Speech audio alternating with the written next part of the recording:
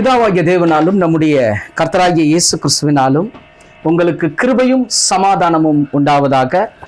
இன்றைக்கு கூட நம்ம தியானிக்க இருக்கிற தேவ செய்தியினுடைய தலைப்பு என்னவென்றால், தேவனால் பிறந்தவர்களின் அடையாளம் என்ன?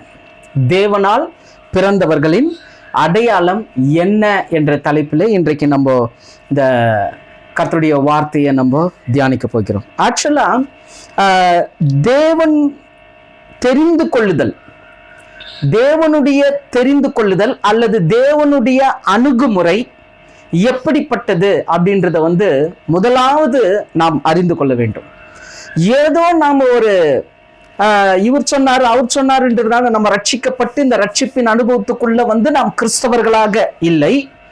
இது தேவன் முன்குறித்து உலக தோற்றத்துக்கு முன்பதாகவே நம்மளை முன்குறித்து அவர் அழைத்திருக்கிறார்.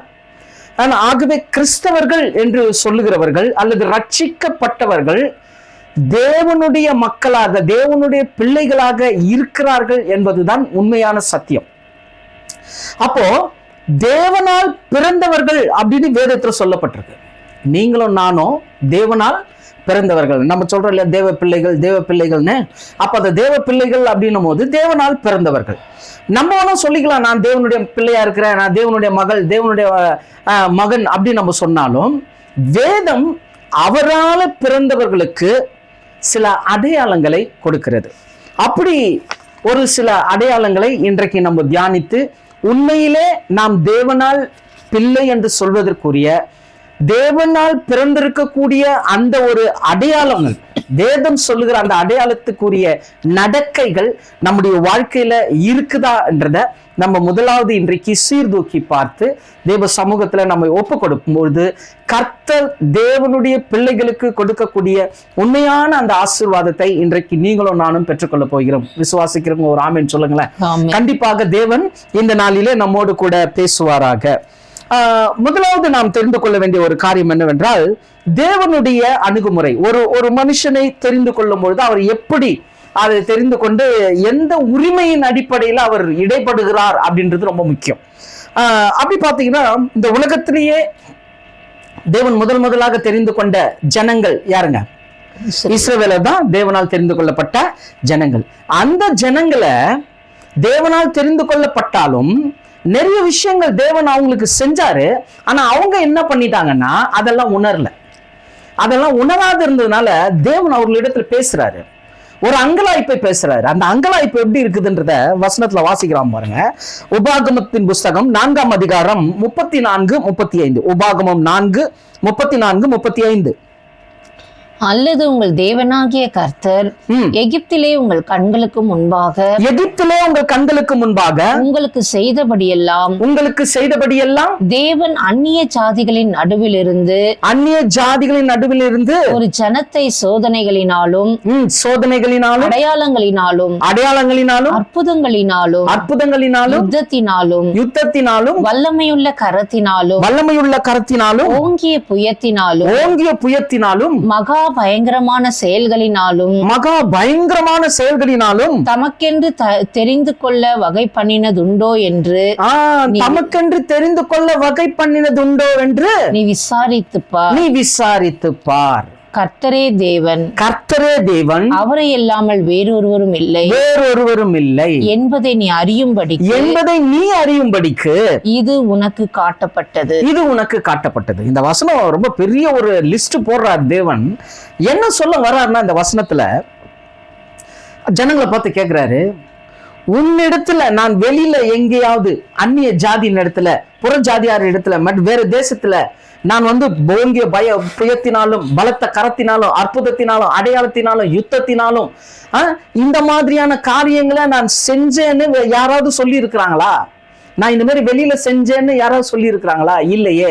எகிப்துல இருக்கிற உனக்கு தான் நான் இவ்வளோ காரியத்தை நான் காண்பித்தேன்.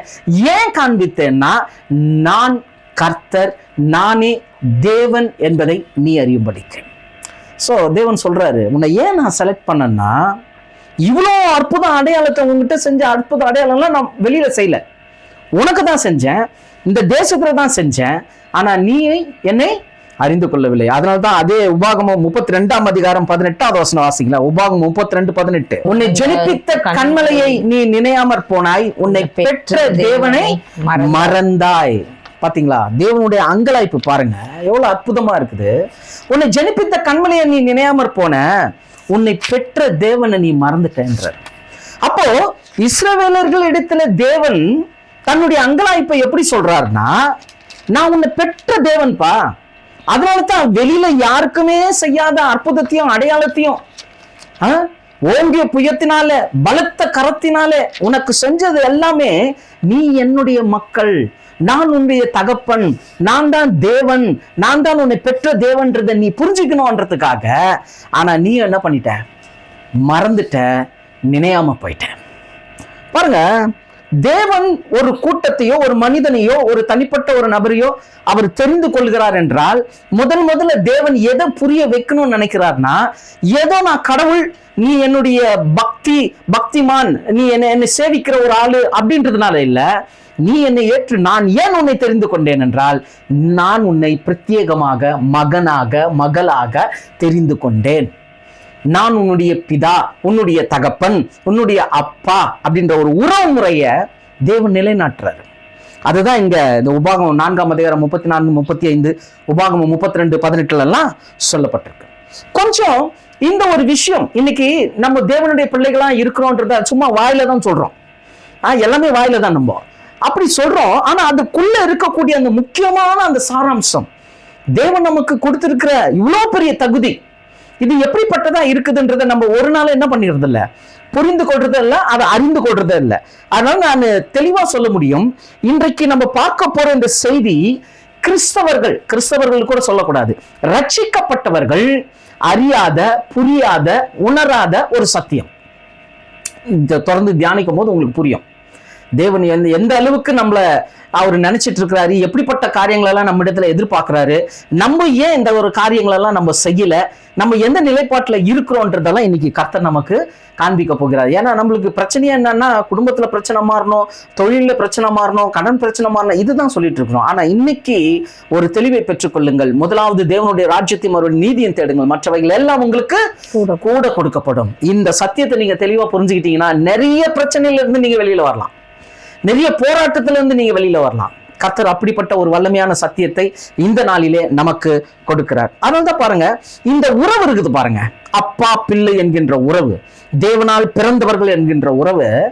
அப்போஸ்தலனாகிய யோவான் ரொம்ப தெளிவா சொல்றாரு பாருங்களேன். 1 யோவான் 3 அதிகாரம் 1வது வசனம் வாசிங்க. 1 யோவான் 3:1. நாம் தேவனுடைய பிள்ளைகள் என்று அழைக்கப்படுவதினாலே பிதாவானவர் நமக்கு பாராட்டின அன்பு எவ்வளவு பெரிதென்று பாருங்கள். அவன் எவ்வளவு பெரிதென்று பாருங்கள். உலகம் அவரை அறியவில்லை, நம்மையும் அறியவில்லை. பாருங்க, உலகம் தேவன் யாருன்னு தெரிஞ்சுக்கல, தேவனுடைய பிள்ளைகள் யாருன்னு தெரிஞ்சுக்கல. அது உலகம். கொடுமை என்னன்னா, கிறிஸ்தவர்கள் இந்த தேவன் நம்முடைய தகப்பன், நம்மை பெற்றெடுத்த தகப்பன், அதுதான் இன்னைக்கு நம்ம பார்க்க போறோம். பெற்றெடுத்த தகப்பன் எப்படி நம்மை பெற்றெடுத்தார், எந்த விதத்துல நாம் அவருக்குள்ளாக பிறந்திருக்கிறோம் அப்படின்ற ஒரு ஆழமான காரியத்தை தான் நம்ம இன்னைக்கு பார்க்க போகிறோம். அதான் பாருங்க, சத்தியம் ரொம்ப முக்கியம். நமக்கும் தேவனுக்கும் இருக்கக்கூடிய அந்த உறவை நம்ம தெளிவா புரிஞ்சுக்கிட்டா நிறைய விஷயத்துல தேவன் நமக்கு விடுதலை கொடுத்துருவார். சரிங்களா? சரி, இன்றைக்கு நம்ம இந்த தேவனால் பிறந்தவர்கள், தேவனுடைய பிள்ளைகள் என்று சொல்லிக் கொள்ளுகிறோமே, நாம் தேவனால் பிறந்திருக்கிறோம் என்பதற்கு அந்த பிறப்புக்குரிய சரியான நடக்கை நமக்குள்ள இருக்குதா அப்படின்னு பார்க்க போறோம். தேவன் எப்படிப்பட்ட நடக்கையை காண்பிக்கிறாரு, இப்படிப்பட்டவன் தான் என்னுடைய பிள்ளையா இருக்கிறான், இப்படிப்பட்டவங்க தான் என்னால் பிறந்திருக்கிறாங்க அப்படின்னு வேதத்துல சொல்லப்பட்டிருக்கு. அப்படின்னு ஒரு 4 காரியங்களை நம்ம பார்க்கலாம். தேவனுக்கு சித்தமானால் ஒரு 4 காரியங்களை இன்றைக்கு பார்த்து இருக்கிற நேரத்துல நம்ம முடிக்கலாம். முதலாவது காரியம், தேவனால் பிறந்தவர்களின் அடையாளம் என்ன என்பதற்கு முதலாவது காரியம் 1 யோவான் 5 அதிகாரம் 1வது வசனம். 1 யோவான் 5:1. இயேசுவானவரே கிறிஸ்து என்று விசுவாசிக்கிற எவனும் தேவனால் பிறந்திருக்கிறான். எனக்கு அருமையான சகோதரனே, சகோதரியே, தேவனால் பிறந்தவருக்குரிய அடையாளம் என்ன? முதலாவது காரியம், இயேசுவானவரே கிறிஸ்து என்று விசுவாசிக்கிறவன் தேவனால் பிறந்திருக்கிறான். இப்போ ஒரு கேள்வி, நம்ம எல்லாருமே விசுவாசிகள் தான். இயேசுவ கிறிஸ்து என்று விசுவாசிக்கிறோம். அவர் மீது அந்த நம்பிக்கை விசுவாசம் வைக்கிறதுனால தான் இன்னைக்கு நம்ம அவரை ஏற்றுக்கொண்டு இன்றைக்கு ஒரு கிறிஸ்தவர்களாக ஒரு சபை ஐக்கியத்துல ஒரு பலதரப்பட்ட சபையாரெல்லாம் நாம் இருந்தா கூட கிறிஸ்துவினுடைய அன்பின் ஐக்கியத்துல நீங்களும் நானும் ஒன்றாய் இணைந்திருக்கிறோம். இப்போ எல்லாருமே இயேசுவை விசுவாசிக்கிறோம். ஆனா வசனம் என்ன சொல்லுதுன்னா, அவரை விசுவாசிக்கிறவன் தேவனால் பிறந்திருக்கிறானா. அப்போ இங்க விசுவாசத்துக்கு ஒரு பிரத்யேகமான ஒரு ஆதாரம் வேணும்.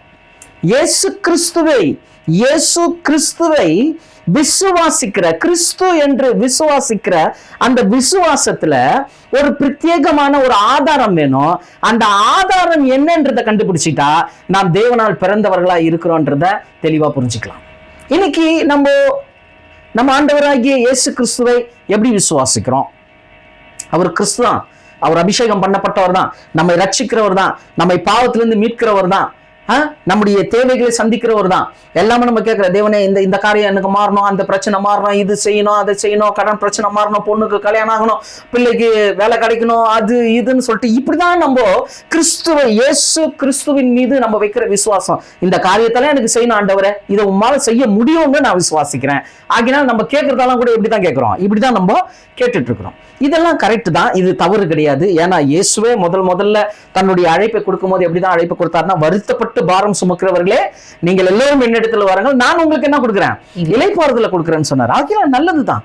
ஆனா விசுவாசம் என்பது ஒரு வளர்ச்சியின் அடிப்படையில் இருக்குது. அந்த விசுவாசம் ஒரு ஆரம்ப நிலை, நடுநிலை, ஒரு முதிர்ச்சி நிலை அப்படி இருக்குது. அதனால்தான் எபேசியருக்கு எழுதும் போது பவுல் சொல்றாரு இல்லையா, தேவன் அவனவனுக்கு பகிர்ந்த விசுவாசத்தின் அளவின் படியே. அப்போ தேவன் விசுவாசத்துக்கு ஒரு அளவு வச்சிருக்கிறார். அப்போ இங்க கிறிஸ்து இயேசுவின் மீது வைக்கிற விசுவாசத்தினாலே விசுவாசிக்கிறவன் தேவனால் பிறந்திருக்கிறான்னா, இதை நம்ம எப்படி கரெக்டா புரிஞ்சுக்க முடியும்னா, நம்ம அவர் மேல எப்படிப்பட்ட விசுவாசத்தின் ஆதாரத்தை வைத்திருக்கிறோம் அப்படின்னு பாத்தீங்கன்னா, நம்மளுடைய விசுவாசத்தின் ஆதாரம் எப்படி இருக்குன்னா, கர்த்தர் ஏதாவது நன்மை செய்ய மாட்டாரா, ஏதாவது மாத்திர மாட்டாரா, ஏதாவது செஞ்சிட மாட்டாரா, இப்படிதான் நம்ம பாக்குறோம். ஆனா விசுவாசத்தின் ஆதாரம் எப்படி இருக்கணும்னா, தேவனால் பிறந்தவர்களா இருக்கிறோம்னா, அப்ப இயேசு விசுவாசிக்கிற நம்ம இயேசுவை போல மாற வேண்டும் என்கின்ற விசுவாசத்தின் ஆதாரமா இருக்க வேண்டும். நம்ம இயேசுவை விசுவாசிக்கணும். ஆனா எதற்கு விசுவாசிக்கணும்? தேவைகளுக்காக, ஓகே, அதை விட்டுருங்க, அது ஒரு ஆரம்ப நிலை விசுவாசம். ஆனா அதோட நிறுத்திக்காம ரெண்டாவது அன்பினால் கிரியை செய்கிற விசுவாசம்னு ஒண்ணு இருக்கு. இந்த அன்பினால் கிரியை செய்கிற விசுவாசம் என்னன்னா, இயேசுவை போல நீங்கள் இந்த உலகத்தில் மாற வேண்டும். என்னை இயேசுவை போல மாற்ற இயேசுவாலே முடியும். ஆகையால் தேவன் குமாரனை எனக்கு கொடுத்திருக்கிறார், இந்த உலகத்தில் அனுப்பி இருக்கிறார். இயேசு உலகத்தின் ரட்சகர் தான். இயேசு பாவத்தை மீட்டெடுக்கிறவர் தான், பிரச்சனைகள் இருந்து தீர்வு கொடுக்கிறவர் தான். தேவன் அதற்காக தான் அவரை வச்சிருக்கிறாரு. ஆனால் அதற்கு மேல ஒரு காரியம் இருக்குது. இந்த இயேசுவை போல நானும் தேவனுடைய குமாரனை போல மாற இயேசுவால தேவனால் நான் நியமிக்கப்பட்டு இருக்கிறேன் என்கின்ற விசுவாசத்தின் ஆதாரம். அப்போ எப்படி நான் விசுவாசிக்கணும்னா, தேவன் தம்முடைய குமாரனை அனுப்பினது அவரை போலவே நானும் அவருடைய குமாரனாக குமாரத்திகளாக மாறுவதற்கு என்னுடைய விசுவாசத்தின் ஆதாரம் இயேசுவின் மேல இருக்கணும். அப்ப இன்னிலிருந்து நம்மளுடைய ஜெபம் மாறணும். என்ன ஜெபம் மாறணும்? ஆண்டவரே, இனி நான் கோபப்படக்கூடாது, உம்முடைய குமாரனை போல மாறணும். ஆண்டவரே, என்னுடைய வார்த்தை உம்முடைய குமாரனை போல மாறணும். கிறிஸ்துவனுடைய சிந்தை, கிறிஸ்துவனுடைய பேச்சு, கிறிஸ்துவனுடைய பார்வை, கிறிஸ்துவனுடைய நடக்கை எல்லாம் கிறிஸ்துவை போல ஆண்டவரே நான் மாறணும். அப்படி அவர் மேல வைக்கிற ஒரு நம்பிக்கை, இயேசு இதை மாற்ற முடியும், இயேசு தன்னை போல நம்மையும் மாற்ற முடியும் என்கின்ற விசுவாசத்தை நீங்க அவர் மீது வைக்கிறீங்க பார்த்தீங்களா? இந்த விசுவாசிக்கிறவன் தான் தேவனால் பிறந்தவன் என்பதற்கு அடையாளம். ஒருவேளை இப்படிப்பட்ட விசுவாசத்தை நீங்க இயேசு கிறிஸ்து மேல வைக்கலன்னா, இன்னைக்கு புரிஞ்சுக்கிங்க, உங்களுடைய ஜெபம் மாறணும், உங்களுடைய விசுவாசம் மாறணும். ஏன்னா நமக்குன்னு ஒரு இலக்கு இருக்குது. இந்த சரீரத்துக்குன்னு தேவன் ஒரு இலக்கை வச்சிருக்கிறாரு. பிலிப்பியர் 3 வசனம் வாசிங்க. பிலிப்பியர் 3:21. அவர் எல்லாவற்றையும் தமக்கு கீழ்ப்படுத்திக் கொள்ளத்தக்க தம்முடைய வல்லமையான செயலின்படியே, பாருங்க, தேவனுடைய வல்லமையான செயலின்படியே நம்முடைய அற்பமான சரீரத்தை தம்முடைய மகிமையான சரீரத்துக்கு ஒப்பாக மறுரூபப்படுத்துவார். எவ்வளவு பெரிய வார்த்தை! இந்த அற்பமான சரீரத்தை அவருடைய மகிமையான சரீரத்துக்கு ஒப்பாக மறுரூபப்படுத்துவார். படுத்துறவர் யாரு? தேவன். எப்படி?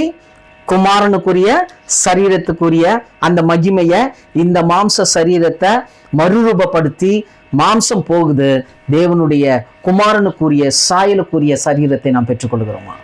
அப்போ குமாரனுக்குரிய சாயலை நாம் பெற்றுக்கொள்கிறோம் என்றால் குமாரனுக்குரிய குணலட்சணங்கள் நமக்கு வரணுமே. அப்போ குமாரன் கிட்ட கேட்கணும், இயேசுவே உம்மை போல என்னை மாற்றுங்க. நான் விசுவாசிக்கிறேன், என் இயேசுவால் என்னுடைய சூழ்நிலை எல்லாவற்றையும் மாற்ற முடியும், என்னுடைய குணங்களை மாற்ற முடியும், என்னுடைய பார்வையை மாற்ற முடியும், என்னுடைய சிந்தையை மாற்ற முடியும், என்னுடைய இருதயத்தை மாற்ற முடியும். உம்மால ஆகும் ஆண்டவரே அப்படின்னு இந்த இயேசு கிறிஸ்துவின் மீது நீங்கள் நம்பிக்கை வையுங்கள். இப்படிப்பட்ட நம்பிக்கை நீங்கள் வைக்கும்போதுதான் தேவனாலே பிறந்தவர்கள் என்கின்ற அந்த அடையாளத்துக்கு உட்பட்டவர்களாய் இருக்கிறீர்கள் என்பதை நம்ம தெரிஞ்சுக்கலாம். அதான் இயேசு தெளிவா சொன்னார். நம்ம இயேசுவை போல மாறணும்னா என்ன அர்த்தம்? இயேசு இந்த உலகத்துல சுயமா வாழல, பிதா அவருக்கு என்ன கற்பித்தாரோ அதுதான் செஞ்சார் அவரு. அப்போ ஒரு இடத்துல சொல்றாரு இல்லையா, மத்தேயு 5:48 வசனம். மத்தேயு 5:48. ஆகையால் பரலோகத்தில் இருக்கிற உங்கள் பிதா பூரண சர்க்குணராய் இருக்கிறது போல நீங்களும் பூரண சர்க்குணராய் இருக்க கடவீர்கள். எத்தனை பேர் ஆமென் சொல்றீங்க? அப்ப இயேசுவை போல மாறணும். இயேசு நம்மை மாற்றுவார். எப்படி மாற்றுவார்? பிதா பூரண சர்க்குணராய் இருக்கிறது போல நீங்களும் நானும் பூரண சர்க்குணராய் மாறணும்ன்றதுக்காகத்தான் இயேசு இந்த உலகத்துல வந்தாரு, தன்னையே மாய்த்து கொண்டாரு, ஜீவ பலியா ஒப்பு கொடுத்தாரு. அவருடைய ரத்தத்தினாலே இன்றும் நம்முடைய பாவங்களை கழுவி கொண்டிருக்கிறார். ஆமென். அப்ப புரிந்து கொள்ளுங்கள், கர்த்தராகிய இயேசு கிறிஸ்துவை விசுவாசிக்கிற எவனும் தேவனால் பிறந்திருக்கிறான். எப்படிப்பட்ட விசுவாசம்? தேவனுடைய குமாரனை போல நானும் பிதாவாகி தேவனுடைய குமாரனாக இந்த உலகத்துல மாறணும், மாறப்போகிறவன். இந்த அடிப்படையில இயேசு என்னை மாற்றுவார்னு அவரை அப்படியே முழுக்க முழுக்க காப்பி பண்ணிக்கிறது, அவருடைய குணலட்சணங்களை நம்ம உள்வாங்கிறது தான் இந்த காரியமாய் இருக்கிறது. இந்த பூரண சர்க்குணம் நமக்குள்ளாக வரணும். பிதாவினுடைய குணம் கிறிஸ்துவுக்குள்ள இருக்கிறது, கிறிஸ்துவுக்குள்ள இருக்கக்கூடிய குணலட்சணம் நமக்குள்ள வரும் என்று இயேசுவை விசுவாசிப்போம், தேவனை நம்புவோம். ஏனென்றால் நீங்களும் நானும் தேவனால் பிறந்திருக்கிறோம். பிறந்தவருக்குரிய அடையாளம் இனி இயேசுவின் மீது வைக்கிற விசுவாசம் மாறணும். இன்மைக்குரிய தேவைகளுக்காக மட்டுமல்ல, மகிமையில போய் அமர்வதற்குரிய குமாரனுக்குரிய சாயலும் நமக்குள்ள கர்த்தராகிய இயேசு கிறிஸ்து உண்டாக்கணும்னு சொல்லிட்டு உங்களுடைய விசுவாசத்தை மாத்துங்க. அப்ப தேவனால் பிறந்தவர்களின் அடையாளம், முதல் அடையாளம் என்ன?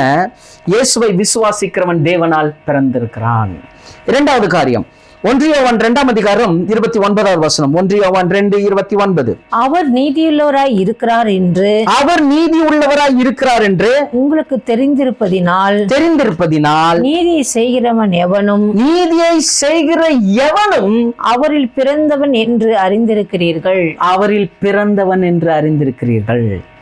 எனக்கு அருமையான சகோதரனே, சகோதரியே, இரண்டாவது காரியம், தேவனால் பிறந்தவர்களுக்குரிய அடையாளம் என்ன?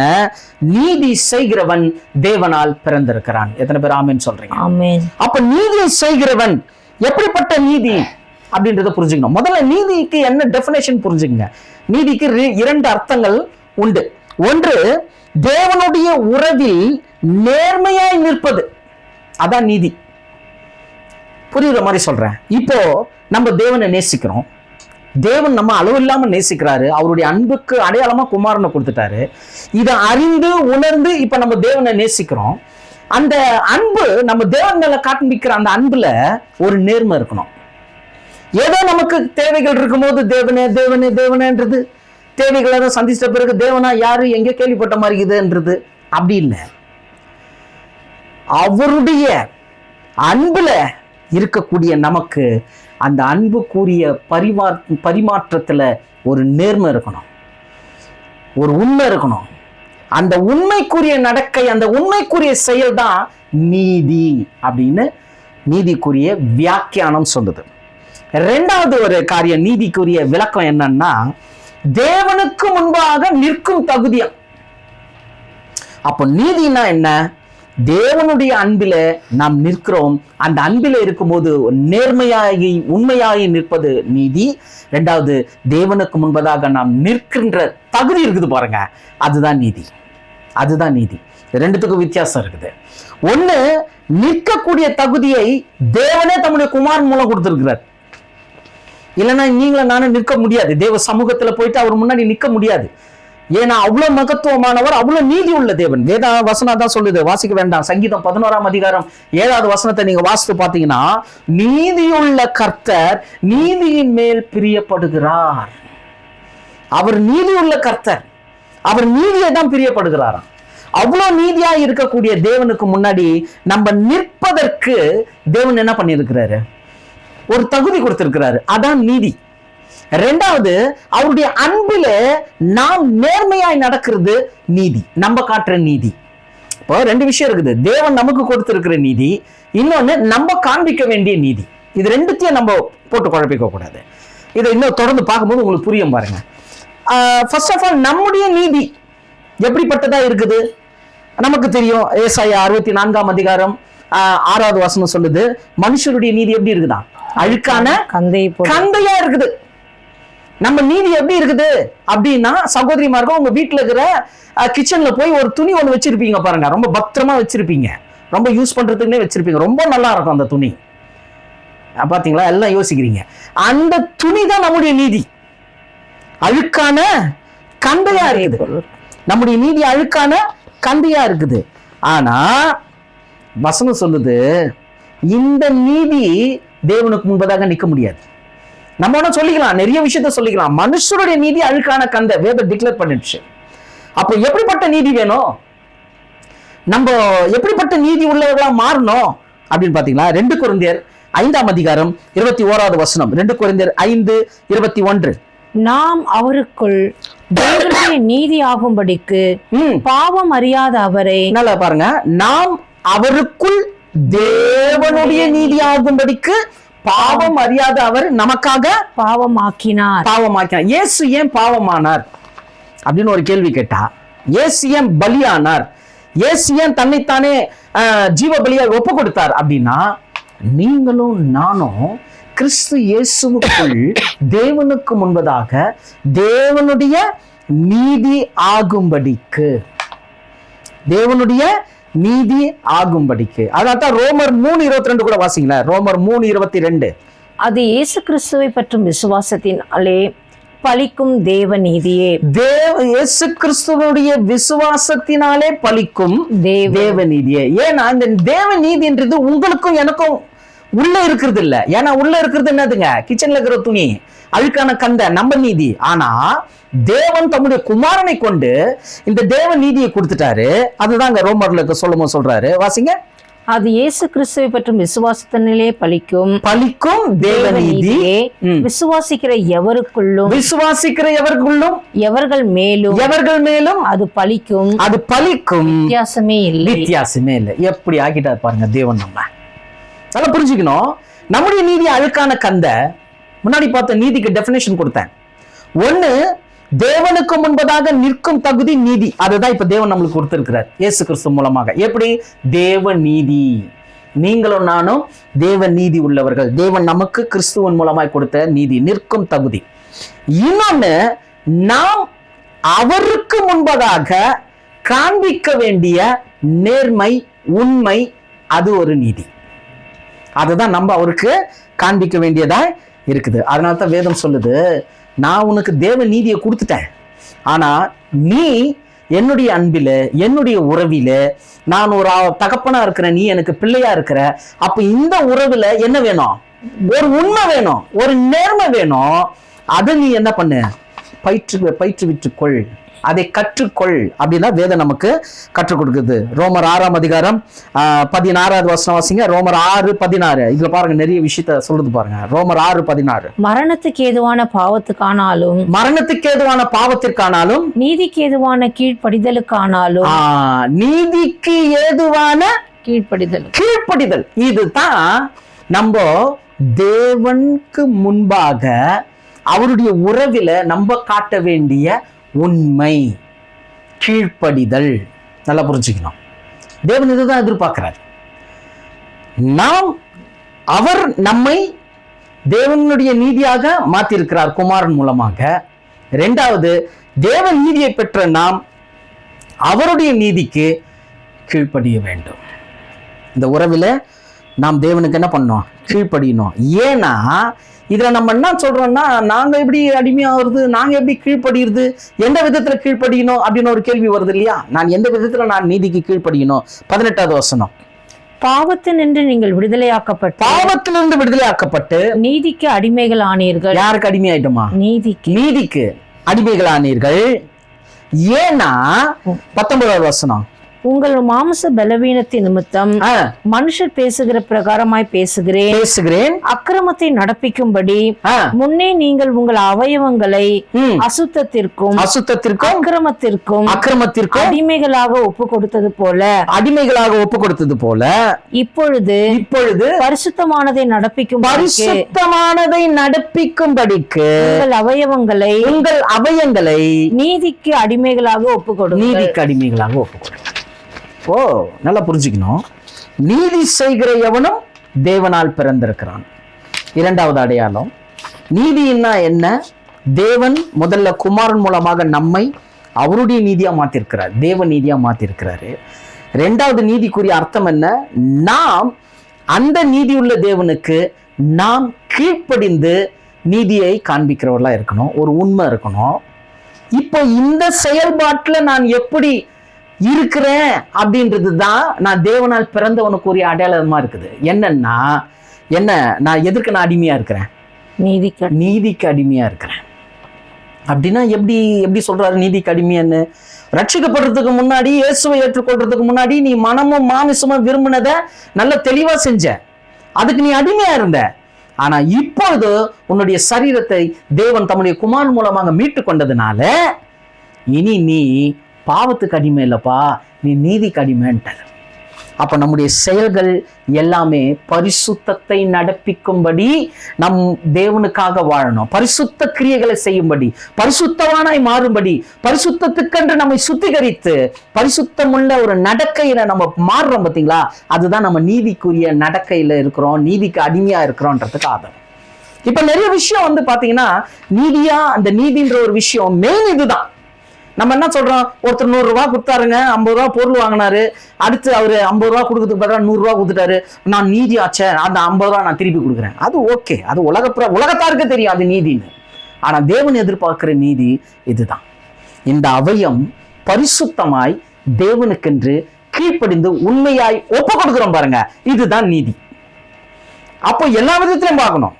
இன்னைக்கெல்லாம் பாத்தீங்கன்னா இந்த நீதியை இன்னும் ரொம்ப குழப்பி இதுதான் நீதின்றாங்க. உதாரணத்துக்கு சொல்லணும்னா, சமீபத்தில் ஒரு ஊழியக்காரர் ஒருத்தர் சொன்னார், இப்போ இந்த ஜனவரி மாதத்தில் ஒரு டைரி ஒரு பேனா ஒரு கவரில் போட்டுருக்குறாங்க. அந்த கவரில் போட்டு அதை விற்கிறாங்க. எதுக்கு விற்கிறாங்கன்னா, ஊழியத்துக்கு தேவையான பணம், ஊழியத்துக்கு பணம் தேவைன்னு சொல்லிட்டு ஒரு டைரி ஒரு பேனாவை விற்கிறாங்க. எவ்வளோக்கு விற்கிறாங்கன்னா 500 ரூபாய்க்கு விற்கிறாங்க. ஆக்சுவலா அந்த டைரி அந்த பேனாவோட ஒர்த்து பாத்தீங்கன்னா 200 ரூபாய் கூட கிடையாது. ஆனா விற்கிறது 500 ரூபாய்க்கு விற்கிறாங்க. இப்போ இவங்க சொல்ற காரியம் என்னன்னா, தேவனுடைய ஊழியத்துக்காக நாங்க செய்யறோம், இது தேவனுடைய ஊழியத்துக்கு போகுது அப்படின்னு சொல்லிட்டு ஜனங்களை ஒரு செட்டப் பண்ணி அதை சேல்ஸ் பண்றாங்க. இப்போ இதை நீதினுவீங்களா அநீதினுவீங்களா? நல்லா புரிஞ்சுங்க. ஊழியம் கர்த்தருடையது, ஊழியம் கர்த்தருடைய. இதை ஏன் சொல்றேன்னா, ஊழியமே அநீதியில நடக்குதுன்னு காட்டுறேன். போதிக்கிறவங்களே அநீதியா நடக்கிறாங்க. அப்போ எப்படி நம்ம தேவ நீதியை கற்றுக்கொள்ள முடியும்? அதனால நீங்க விழிப்புள்ளவர்களா மாறணுன்றதுக்காக சொல்றேன். இன்னைக்கு ஊழியங்களும் சரி, ஊழியர்களும் சரி, ஏதோ ஒரு விஷயத்தை செஞ்சு இது ஊழியத்துக்காக அப்படின்னு சொல்லிட்டு அநீதியை நடப்பிக்கிறார்கள். அநீதி எல்லாம் பாவம். அப்போ ஒரு 200 ரூபாய் பொருளை வந்து ஒரு 500 ரூபாய்க்கு வித்து அதை நான் ஊழியத்துக்கு செய்யறேன் அப்படின்னா இது எப்படி? இப்ப கொஞ்சம் யோசனை பண்ணி பாருங்களேன். இப்ப தேவன் அவருக்கு தேவை, ஏன்னா தேவனுடைய ஊழியத்துக்கு தானே போகுது. தேவன் ஒன்றும் இல்லாதவர் இல்லையா? அதனால அவர் என்ன பண்ணிட்டார்னா ஒரு பொருளை வாங்கி அந்த பொருளை மேல வச்சு அதோட ஒர்த்துக்கும் மேல வச்சு வித்து இதை கொண்டு என்னுடைய ராஜ்யத்தை நான் ஸ்தாபிக்க போகிறேன்னு தேவன் சொல்லுவாரா? தேவன் செய்வாரா? தேவன் அப்படிப்பட்டவரா? ஏன் அவரிடத்துல பணம் இல்லையா? அவரிடத்துல ஐஸ்வர்யம் இல்லையா? அவர் சொல்ல ஆகும், அவர் கட்டளையிட நிற்குமே. தேவனால் கூடாத காரியம் ஒண்ணுமே இல்லையே. அப்ப இன்னைக்கு நூதனமான விதத்துல நூதனமான வழியில எதையோ செஞ்சு கச்சிப்பை விற்கிறான், ஸ்கேலை விற்கிறான், பேனாவை விற்கிறான், எதையோ வித்து ஊழியத்துக்குன்றாங்க. இப்ப இது ஜனங்கள் எப்படி பாக்குறாங்கன்னா ஊழியத்துக்கு நீதி இல்ல, அது அநீதி, அது அநீதி. அப்போ ஊழியக்காரங்களே அநீதியில போயிட்டு நீதி நினைச்சிட்டு இருக்கிறாங்க, ஊழியங்களும் அநீதியான காரியத்தை செஞ்சுட்டு நீதின்னு செஞ்சிட்டு இருக்குது.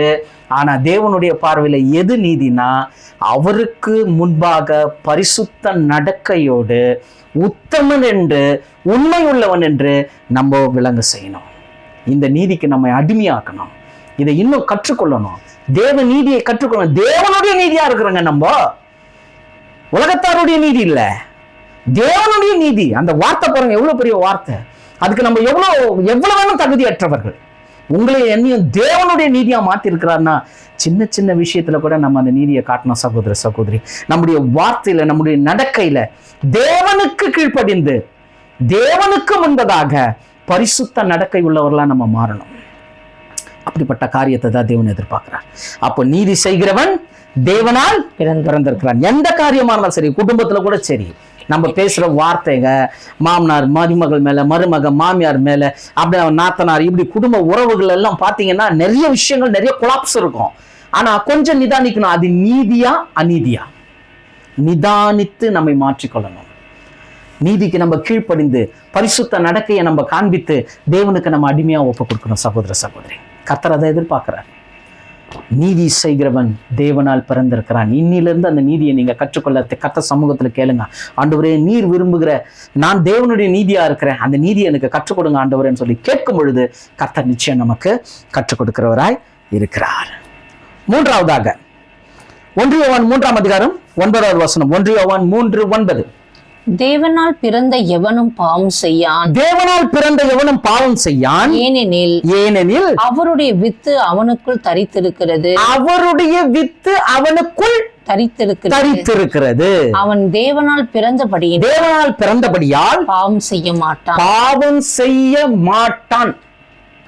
எத்தனை பேர் ஆமேன்னு சொல்றீங்க? நிறைய பேர் சொல்ல மாட்டீங்க, தெரியும். ஏன்னா வசனம் அப்படி இருக்குது இல்லையா? பாவம் செய்ய மாட்டான் அப்படின்னு நம்ம ஒரு மாதிரி ஆயிடுறோம். பண்றதெல்லாம் அநியாய அக்கிரம பிரதர், எப்படி நாங்க சொல்றது பாவம் செய்யறதே இல்லைன்னு. வரேன், சில வாக்கியங்களை நாம் தெளிவாய் புரிந்து கொள்வது மிக முக்கியம். இப்போ தேவனால் பிறந்தவர்களுக்குரிய அடையாளம் என்ன என்பதை நம்ம தியானித்துக் கொண்டிருக்கிறோம். அதுல முதலாவதாக பார்த்தோம், இயேசுவை விசுவாசிக்கிறவன் தேவனால் பிறந்திருக்கிறான். எப்படி? இயேசுவை போலவே நம்ம மாறணும் வேண்டும் என்ற அப்படிப்பட்ட ஒரு விசுவாசம். அந்த விசுவாசிக்கிறவன் தேவனால் பிறந்திருக்கிறான் பார்த்தோம். இரண்டாவது, நீதியை செய்கிறவன் தேவனால் பிறந்திருக்கிறான் பார்க்கிறோம். மூன்றாவதாக பார்க்கிறோம், பாவம் செய்யாத வித்தை உடையவன் தேவனால் பிறந்திருக்கிறான். நல்லா கவனிக்கிறேன், இந்த பாயிண்ட் ரொம்ப முக்கியம்.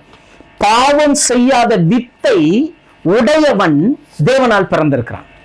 அப்ப எப்படி பாவம் செய்யாத வித்துனா என்னன்னா, பாவம்னா என்ன, வித்துனா என்னன்றத பார்க்கணும். முதல்ல பாவத்தை பார்க்கலாம். வேதாகமத்துல பாவத்துக்கு 2 அர்த்தம் இருக்குது. மூல மொழியில 2 அர்த்தம் கொடுக்குறாங்க. ஒன்னு அமர்த்தியோ, இன்னொன்னு அமர்த்தியோஸ் அப்படின்ற 2 வார்த்தை. ஆங்கிலத்துல சின்ஸ் அப்படின்னு இருக்கும். தமிழ் வேதாகமத்துல பாவம், பாவங்கள் அப்படின்னு இருக்கும். இப்போ இதுதான் நம்ம பாவங்களை 2 ஒண்ணா தான் பார்ப்போம். இது பாவம் தான், பாவம்னாலும் பாவம் தான், பாவங்கள்னாலும் பாவம் தான் நம்ம நினைச்சிட்டு இருக்கோம். ஆனா மூல மொழியில அப்படி இல்லை. அதான் இயேசு சொன்னாரு, வேத வாக்கியங்களை ஆராய்ந்து பாருங்கள், வேத வாக்கியங்களை ஆராய்ந்து பாருங்கள், அவர்களினால் உங்களுக்கு என்ன கிடைக்குது? நித்திய ஜீவன் கிடைக்குது. ஏன்னா வசனத்துல நிறைய ஆழமான அர்த்தங்களை உடையதா இருக்குது. நம்ம தமிழ் வேதாகமத்தை வச்சு நம்ம பார்க்கிறோம். ஆனா வேதாகமம் மூல மொழியில் எழுதப்பட்டது. இப்போ வேதத்தை ஆராய்ந்து நம்ம அந்த காரியத்தை அறிந்து கொண்டதுனால அதை உங்களிடத்துல நான் பகிர்ந்து கொள்ளுகிறேன். இப்போ நான் சொல்ற விஷயத்தை வச்சு நீங்க இனிமே வேதத்தை இப்படி படிங்க. பாவம்னு வர இடம், பாவங்கள்னு வர இடம். பாவம் என்பது ஒருமையில சொல்லப்பட்டிருக்கும், பாவங்கள் என்று பன்மையில சொல்லப்பட்டிருக்கும். ரெண்டுத்தையும் கூர்ந்து கவனிச்சு நீங்க படிக்கணும். ஃபார் எக்ஸாம்பிள், பாவம் அப்படின்னா என்ன அப்படின்னு பாத்தீங்கன்னா, வார்த்தைக்கு கீழ்ப்படியாமை போவது அல்லது வார்த்தையை நிராகரிக்கிற கீழ்ப்படியாமை. அதான் கரெக்ட், எக்ஸாக்ட் வேர்டு. வார்த்தையை நிராகரிக்கிற கீழ்ப்படியாமை, அதுதான் பாவம். த ரூட் ஆஃப் சின், பாவத்தின் வேர் கீழ்ப்படியாமை. வேதாகமத்துல எங்கெல்லாம் ஒருமையில பாவம் என்று வந்திருக்கிறதோ அதெல்லாம் வார்த்தையை நிராகரிக்கும் கீழ்ப்படியாமைன்னு அர்த்தம். புரியுதுங்களா? the root of sin, பாவம் வருது, the root of sin, பாவத்தின் ஆணி வேரை குறிக்கிறது. பாவத்தின் ஆணி வேர் என்றால் என்ன? வார்த்தையை நிராகரிக்கும் கீழ்ப்படியாமை. புரியுதுங்களா? இப்போ ஆதாம் செய்தது இதுதான். வார்த்தை என்ன பண்ணிட்டாரு?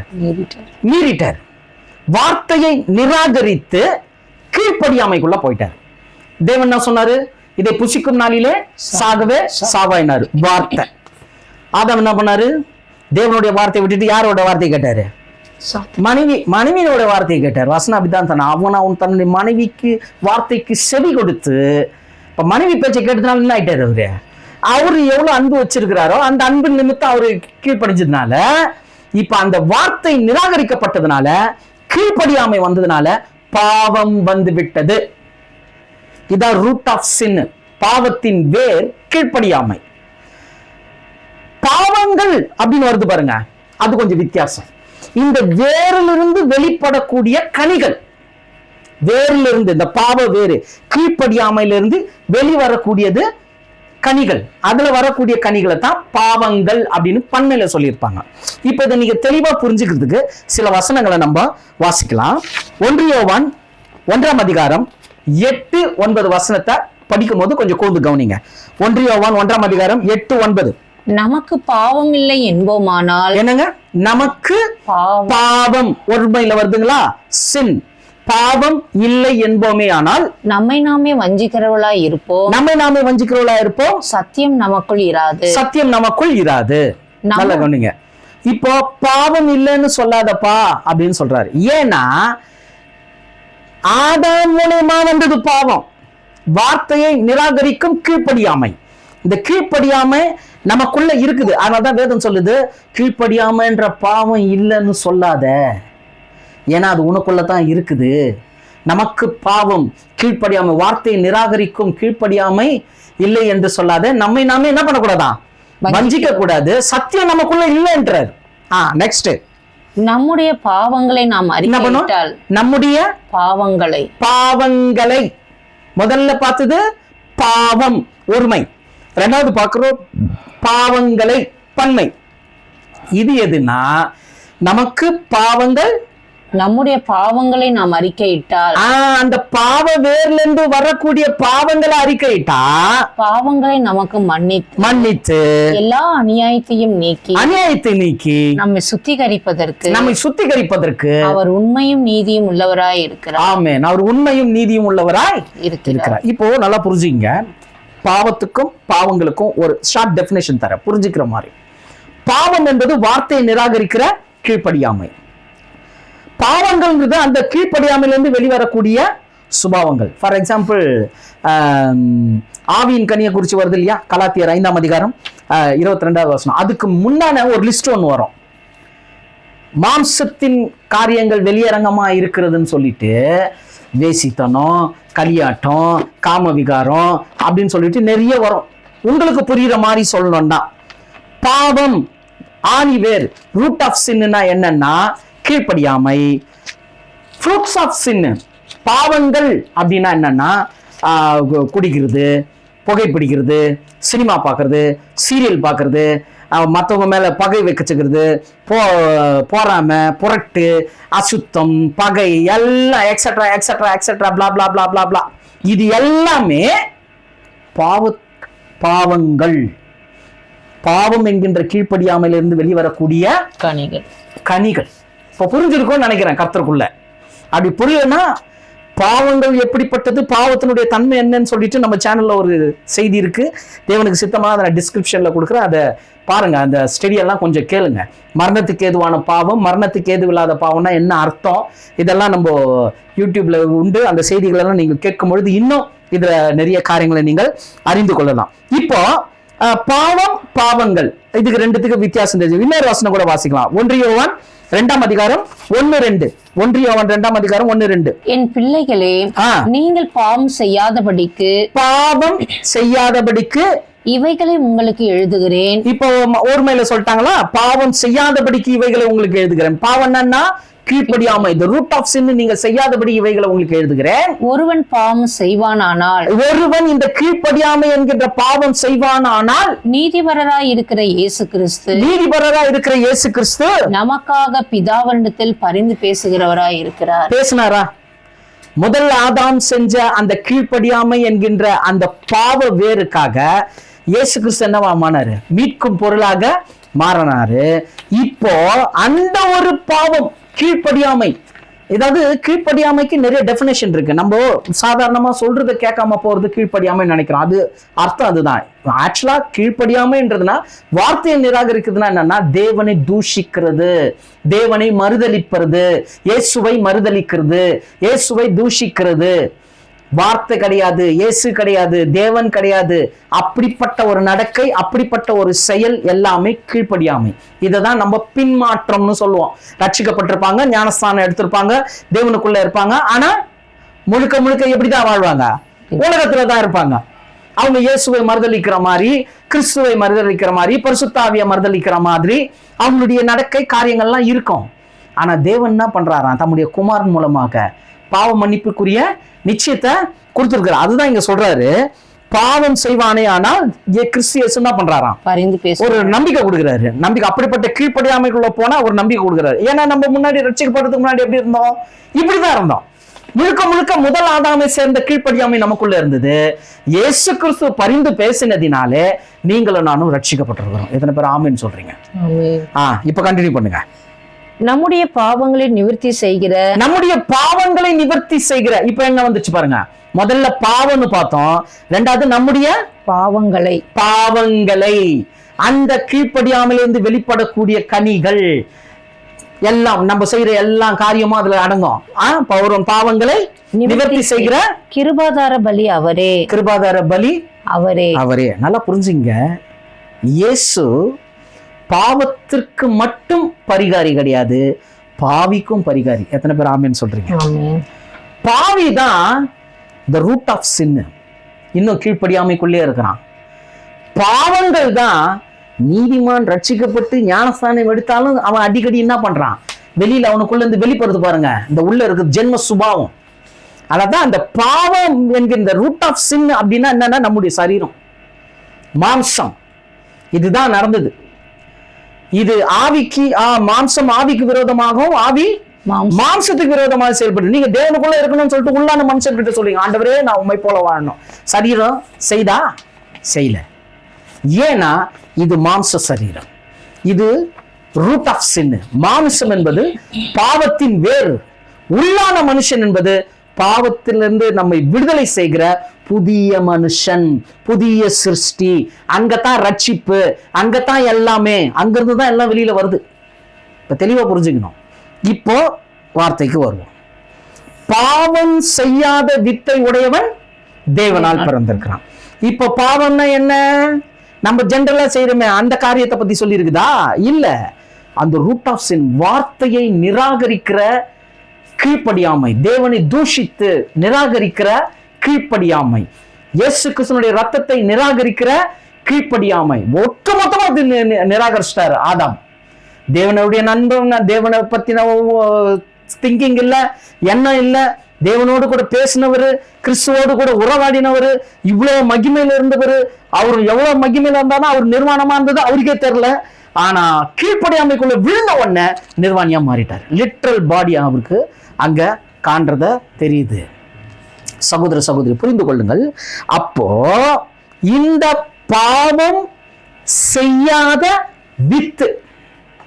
இந்த தேவனை மறுதலிக்கிற, கிறிஸ்துவை மறுதலிக்கிற, கீழ்ப்படியாமைக்குள்ள போகிற அந்த ஒரு காரியத்தை செய்யாதபடியான ஒரு வித்து இருக்கணுமா. அந்த வித்து யாருடைய வித்தா? தேவனுடைய வித்து. எத்தனை பேர் ஆமென் சொல்றீங்க? அப்ப தேவனுடைய வித்து நமக்குள்ள இருக்கணுமா. அப்ப தேவனுடைய வித்து எது அப்படின்னு பாத்தீங்கன்னா, வாசிங்க 1 பேதுரு 1ஆம் அதிகாரம் 23வது வசனம். 1 பேதுரு 1:23. அழிவுள்ள வித்தினாலே அல்ல, அழிவுள்ள வித்தினாலே அல்ல, என்றென்றைக்கும் நிற்கிறதும் என்றென்றைக்கும் நிற்கிறதும் ஜீவன் உள்ளதுமான ஜீவன் உள்ளதுமான தேவ வசனமாகிய தேவ வசனமாகிய அழிவில்லாத வித்தினாலே அழிவில்லாத வித்தினாலே மறுபடியும் ஜெனிப்பிக்கப்பட்டிருக்கிறீர்களே. ஹல்லேலூயா. ஆமென். அப்போ அழிவில்லாத வித்துனா எதுனா இந்த தேவ வசனம் தாங்க. இந்த தேவ வசனம் தான். அப்போ பாவம் என்கின்ற கீழ்ப்படியாமை, தேவனை மறுதலித்து கிறிஸ்துவை மறுதலித்து கீழ்ப்படியாமைக்குள்ள போகாதபடிக்கு நீங்களும் நானும் இன்னைக்கு தேவனுடைய வித்தாகிய இந்த வார்த்தையை, இந்த சத்தியத்தை, இந்த வசனத்தை நீங்களும் நானும் உள்ள பெற்று இருக்கிறதுனால நாம் தேவனால் பிறந்தவர்களா இருக்கிறோம். எத்தனை பேர் ஆமென் சொல்றீங்க? ஆமென். அதான் பாருங்க, சத்தியம் ரொம்ப முக்கியம், வசனம் ரொம்ப முக்கியம். இந்த வசனத்தை நம்ம எவ்வளவுக்கு எவ்வளவு தெரிஞ்சுக்கிறோமோ அவ்வளவுக்கு அவ்வளவு இந்த கீழ்ப்படியாமையை நம்ம ஜெயிக்கலாம். தேவனுக்கு பிரியமான பிள்ளைகளை போல நம்ம மாறலாம். அதான் இயேசு சொன்னாரு, சத்தியத்தையும் அறிவீர்கள், சத்தியம் உங்களை விடுதலையாக்கும். ஹல்லேலூயா. ஆமென். அப்ப புரிந்து கொள்ளுங்கள், பாவம் செய்யாத வித்தை உடையவன் தேவனால் பிறந்தவன். இப்ப நம்ம நிதானிக்கணும். நம்ம இன்னும் நிறைய விஷயத்துல தேவனை மறுதலிக்கிற விதமாக இந்த கீழ்ப்படியாமைக்குள்ள போறோம். கொஞ்சம் அப்படி போய் தலையை காட்டுறோம். தேவன் சொல்றாரு, வேண்டாப்பா, அது கூட வேண்டாம், நீ வசனத்தை புடி, என் வார்த்தையை புடி, நான் உன்னை கொண்டு நிறைய நோக்கத்தை வச்சிருக்கிறேன், நிறைய திட்டத்தை வச்சிருக்கிறேன். மகளே, உன்னை கொண்டு பெரிய திட்டத்தை வச்சிருக்கிறேன். மகனே, உன்னை கொண்டு பெரிய நோக்கத்தை, நிறைய திட்டத்தை வச்சிருக்கிறேன். இந்த அழிவில்லாத என்னுடைய வித்தை நீ உனக்குள்ள பெற்றுக்கொண்டால் நீ என்னால் பிறந்தவனாய் இருக்கிறாய், என்னுடைய மகளாய் இருக்கிறாய், என்னுடைய மகனாய் இருக்கிறாய். நீ இந்த கீழ்ப்படியாமை என்கின்ற, என்னை மறுதலித்து போகக்கூடிய இந்த கீழ்ப்படியாமை என்கின்ற பாவ வேருக்கு நீ போக முடியாது. ஆனால் தான் தேவன் நமக்கு நித்திய ஜீவனை கொடுத்திருக்கிறார். சகோதர சகோதரி, பாவத்தின் சம்பளம் மரணம், பாவத்தின் சம்பளம் வேறு. அதான் சொன்ன ரூட் ஆஃப் சின். பைபிளை படிக்கும் போது இனிமே இப்படி படிக்கணும். எங்கெல்லாம் பாவம்னு ஒருமையில வருதோ அது ரூட் ஆஃப் சின், வேற குறிக்குது, கீழ்ப்படியாமை குறிக்குது. பாவங்கள்னு வருது, அதுல இருந்து வெளிப்படக்கூடிய கிரியைகளை குறிக்குது. இந்த அடிப்படையில வேதத்தை படிச்சீங்கன்னா நிறைய விஷயம் உங்களுக்கு புரியும். ஆகிய எனக்கு அருமையான சகோதர சகோதரியே, பாவம் செய்யாத வித்தை உடையவன் தேவனால் பிறந்தவன். கடைசியாக 1 யோவான் 5ஆம் அதிகாரம் 18வது வசனம். 1 யோவான் 5:18. தேவனால் பிறந்த எவனும் பாவம் செய்யான் என்று அறிந்திருக்கிறோம். தேவனால் பிறந்தவன் தன்னை காக்கிறான், பொல்லாங்கன் அவனை தொடான். எனக்கு அருமையான சகோதர சகோதரியே, தேவனால் பிறந்தவர்களுக்குரிய அடையாளத்தை நம்ம தியானிச்சுட்டு இருக்கிறோம். அதுல முதலாவது பார்த்தோம், இயேசு கிறிஸ்துவை விசுவாசிக்கிறவன் தேவனால் பிறந்திருக்கிறான். எப்படிப்பட்ட விசுவாசம்? இயேசுவை போல நீங்களும் நானும் மாறுவோம், இயேசு மாற்றுவார் என்கின்ற விசுவாசம். இந்த விசுவாசத்தை உடையவன் தேவனால் பிறந்திருக்கிறான். இரண்டாவதாக பார்த்தோம், நீதி செய்கிற எவனும் தேவனால் பிறந்திருக்கிறான். எந்த நீதி? தேவனுக்கு முன்பதாக அவருடைய அன்பில நாம் உண்மையும் உத்தமத்தோடும் அவருக்கு கீழ்ப்படிந்து பரிசுத்த நடக்கையை செய்கிற அப்படிப்பட்ட நீதியை செய்கிறவன் தேவனாலே பிறந்திருக்கிறான். மூன்றாவதாக பார்த்தோம், பாவம் செய்யாத வித்தை உடையவன் தேவனால் பிறந்திருக்கிறான்.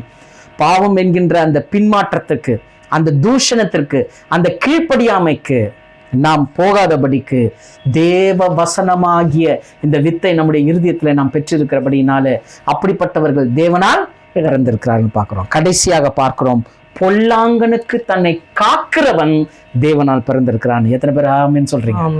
பொல்லாங்கனுக்கு இந்த உலகத்துல சாத்தானுக்கு நம்மள என்ன பண்ணிக்கணும்?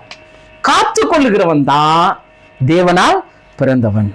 அதுல 19வது வசனம் கூட வாசிங்களா, 1 யோவான் 5:19. நாம் தேவனால் உண்டாய் இருக்கிறோம் என்றும், நல்ல கவனிங்க, நாம் தேவனால் உண்டாய் இருக்கிறோம் என்று, உலகம் முழுவதும் பொல்லாங்கனுக்குள் கிடக்குது என்றும், உலகம் முழுவதும் பொல்லாங்கனுக்குள் கிடக்கிறது என்றும் அறிந்திருக்கிறோம். ஆதி சபையில இந்த வெளிச்சம் இருந்தது சகோதர சகோதரி. நாம் தேவனால் பிறந்திருக்கிறோம், உலகம் பொல்லாங்கனுக்குள் கிடக்கிறது. டே நைட் வித்தியாசம், கருப்பு வெள்ளை வித்தியாசம். உலகம் வேறு, தேவனால் பிறந்தவர்களுடைய உலகம் வேறு. இந்த உலகம் பிசாசினால் உண்டாயிருக்கிறது, பொல்லாங்கினால் உண்டாயிருக்கிறது. நாம் வெளிச்சத்துக்குரியவர்கள், பரலோகத்துக்குரியவர்கள். எத்தனை பேர் ஆமென் சொல்றீங்க? அப்போ இந்த உலகத்துல வர எந்த காரியமா இருந்தாலும் அதிலிருந்து நம்ம என்ன பண்ணிக்கணும்? காத்துக்கொள்ளணும். அதான் வேதம் சொல்லுது, உலக சிநேகிதம் தேவனுக்கு விரோதமான பகை. இன்னைக்கு இந்த உலகம் எப்படி உள்ள வருதுன்னு நான் சொல்றேன் பாருங்களேன். இன்னைக்கு கிறிஸ்தவ சமுதாயமே தன்னை அறியாமலே உலகத்துக்குள்ள போயிட்டு இருக்கிறாங்க. கிறிஸ்தவ சமுதாயம் தன்னை அறியாமலே உலகத்துக்குள்ள போயிட்டு இருக்காங்க. என்னன்னா இப்ப ட்ரெண்டே மாறி போச்சு. இப்ப நீங்க யூடியூப் ஓபன் பண்ணி பாருங்க, பாட்டுக்கு இருக்கிற மவுஸ், கிறிஸ்தவ பாட்டுக்கு தான் சொல்றேன், சினிமா பாட்டுக்கு இல்ல, அது வேற கதை. கிறிஸ்தவ பாடலுக்கு இருக்கக்கூடிய மவுஸ், கிறிஸ்தவ பாடலுக்கு இருக்கக்கூடிய முதலிடம் கிறிஸ்தவ செய்திகளுக்கு இல்லை, வார்த்தைக்கு இல்லை. ஏன்னா சத்தியம் என்ன ஆயிடுச்சுன்னா கொஞ்சம் கொஞ்சமா தள்ளுபடி ஆயிடுச்சுங்க. ஏசாயா தீர்க்கதரிசி சொல்லுவாரு, சத்தியம் வீதியிலே இடறி யதார்த்தம் சேராமாட்டாமற் போயிடுச்சு. அப்ப புரிஞ்சுக்கணும், இன்னைக்கு சத்தியத்தை ஒருத்தர் சொல்லணும்னு வந்தவா கூட அவனுக்கு சாத்தான் எப்படிப்பட்ட ஒரு காரியத்தை செஞ்சுட்டான்னா, ஏதாவது ஒரு பாட்டு எடுத்து மெட்டு கட்டி பாடு, அப்பதான் நீ பெரிய ஆள் ஆகுவ. இப்ப அதுக்குதான் பாருங்க எல்லாம் போகுது. இப்ப இந்த பாட்டு பாடுறவங்களாம் பிரசங்கியாரா மாறிட்டாங்க. அதுல நல்ல பிரசங்கியாரெல்லாம் இருக்கிறாங்க, நான் யாரையும் குறை சொல்ல விரும்பல. ஆனா மூல காரணம் என்னன்னா இன்னைக்கு எல்லாமே மாறி போச்சு. நிறைய விஷயங்கள் பாருங்க, சாத்தான் இசைக்கு பேர் போனவன். எசேக்கியேல் 28 அதிகாரத்தில் வாசனம், சகல மேல வாத்தியங்களும் அவன் உடையவனா இருந்தானா. மியூசிக்னாலே அது அவனை சார்ந்தது தான். ஆனா அது அந்த அந்த காரியத்தை கொடுத்தவர் தேவன். அதனால நமக்கு இசை இல்லைன்னு ஆகாது, நமக்கு இசை உண்டு. ஆனா பல உலகத்துல இருக்கக்கூடிய காரியத்தை எல்லாம் எங்க கொண்டு வந்து சேர்க்கிறான்? இன்னைக்கு சபைக்குள்ள கொண்டு வந்து சேர்க்கிறான். இன்னைக்கு சர்ச் அப்பியரன்ஸே மாறி போச்சு, போதகர்களுடைய ஸ்டைல் மாறி போச்சு, ட்ரெஸ் கோடு மாறி போச்சு, அப்படியே தீம் செலக்ட் பண்ணி நிறைய விஷயங்களை செய்கிறாங்க. இது எல்லாமே பார்த்தீங்கன்னா உலகம் கொஞ்சம் கொஞ்சமாக சபைகளுக்குள் வந்து விட்டது. இன்னைக்கு பிரசங்கிக்கிற பிரசங்கியார் இல்லை, இந்த சகோதரர்களானாலும் சரி, சகோதரிகள் பேசுறாங்கல்ல, நிறைய பெண்கள் பிரசங்கம் பண்றாங்க. எத்தனை பேர் முக்காடு போட்டு அந்த புல்பீட்டை ஒரு மரியாதையா நடத்துறாங்க?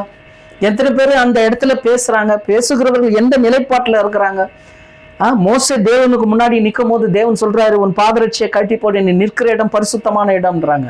இன்னைக்கு அதே புல்பீட்ல எல்லாரும் எப்படிதான் போறாங்க? ஷூவோட தான் போறாங்க, பாதரட்சியோட தான் போறாங்க. அவங்களுடைய பாணி போகட்டும். ஆனால் வேதம் கற்றுக் கொடுப்பது சத்தியங்கள் வேற. இந்த உலகத்துல பொல்லாங்கனுக்குள் கிடக்கிறது, பொல்லாங்கமான காரியம்லாம் உள்ள வரக்கூடாது. இன்னும் நிறைய விஷயம் வந்துடுச்சு. இன்னைக்கு சபையில பாத்தீங்கன்னா நல்லா ஆர்ப்பாட்டம் பண்ணி கத்தி கூச்சல் போட்டா அதுதான் அபிஷேகம்ன்றாங்க, அதுதான் பரிசுத்தாவின் வரம்ன்றாங்க. கர்த்தருக்கு சித்தமானால் அடுத்த காரியம் அதுதான் பார்க்க போறோம். துள்ளி குதிக்கிறது பரிசுத்தாவின் வரமா அப்படின்ற ஒரு தலைப்புல அடுத்த ஒரு செய்தியை தேவனுக்கு சித்தமானால் நாங்கள் வெளியிட இருக்கிறோம். நீங்கள் அதில் இன்னும் அதை கேளுங்க, இன்னும் அது உங்களுக்கு பிரயோஜனமா இருக்கும்.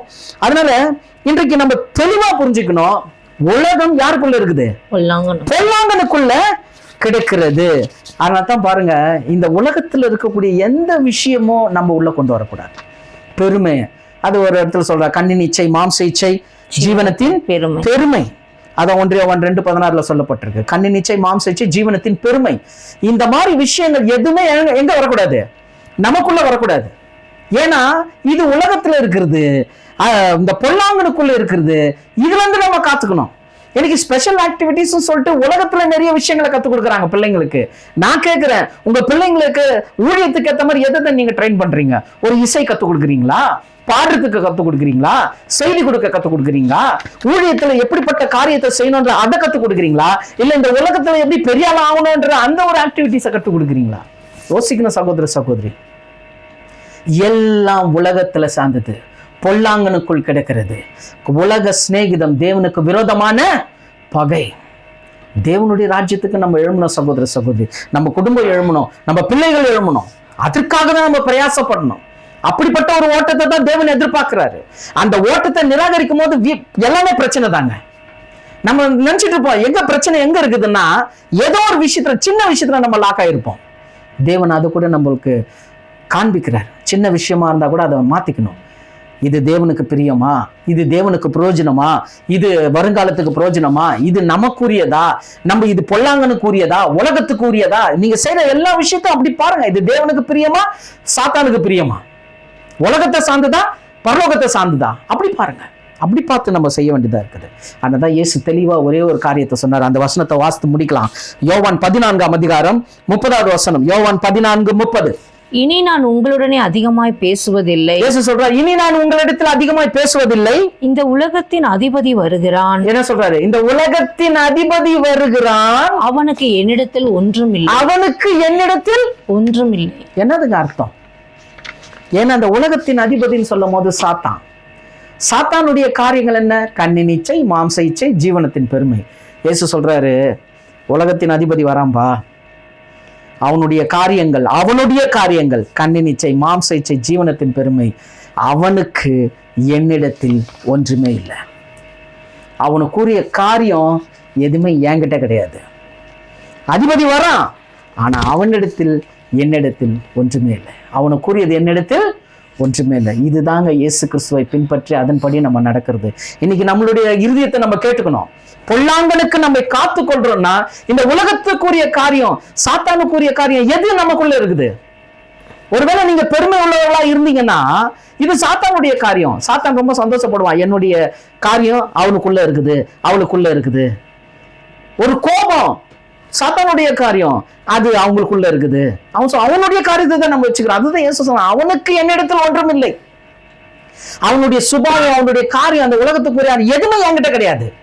இயேசு டிக்ளேர் பண்றதை தான் இன்னைக்கு நம்மளும் டிக்ளேர் பண்ணணும். சாத்தானுக்குரிய எந்த காரியமோ, எந்த உடைமையோ, எந்த விஷயமோ எனக்குள்ள கிடையாது, இருக்கக்கூடாது. அப்படி நம்ம பொல்லாங்கனுக்கு நம்மை காக்கிறவன் தேவனால் பிறந்திருக்கிறான். எத்தனை பேர் ஆமென் சொல்றீங்க?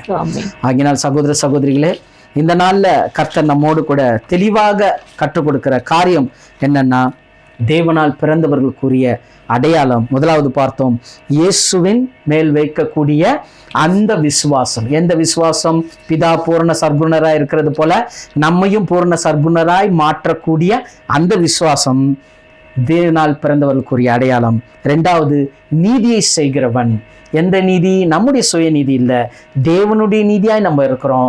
ஆனால் தேவனுக்கு கீழ்ப்படிந்து தேவன் பரிசுத்தராய் இருக்கிறது போல நம்மை பரிசுத்தமாய் காத்து கொள்கிறது நீதி செய்கிறவன் தேவனால் பிறந்திருக்கிறான். மூன்றாவதாக பார்த்தோம், பாவம் செய்யாத வித்தை உடையவன். பாவம் என்கின்றது என்ன?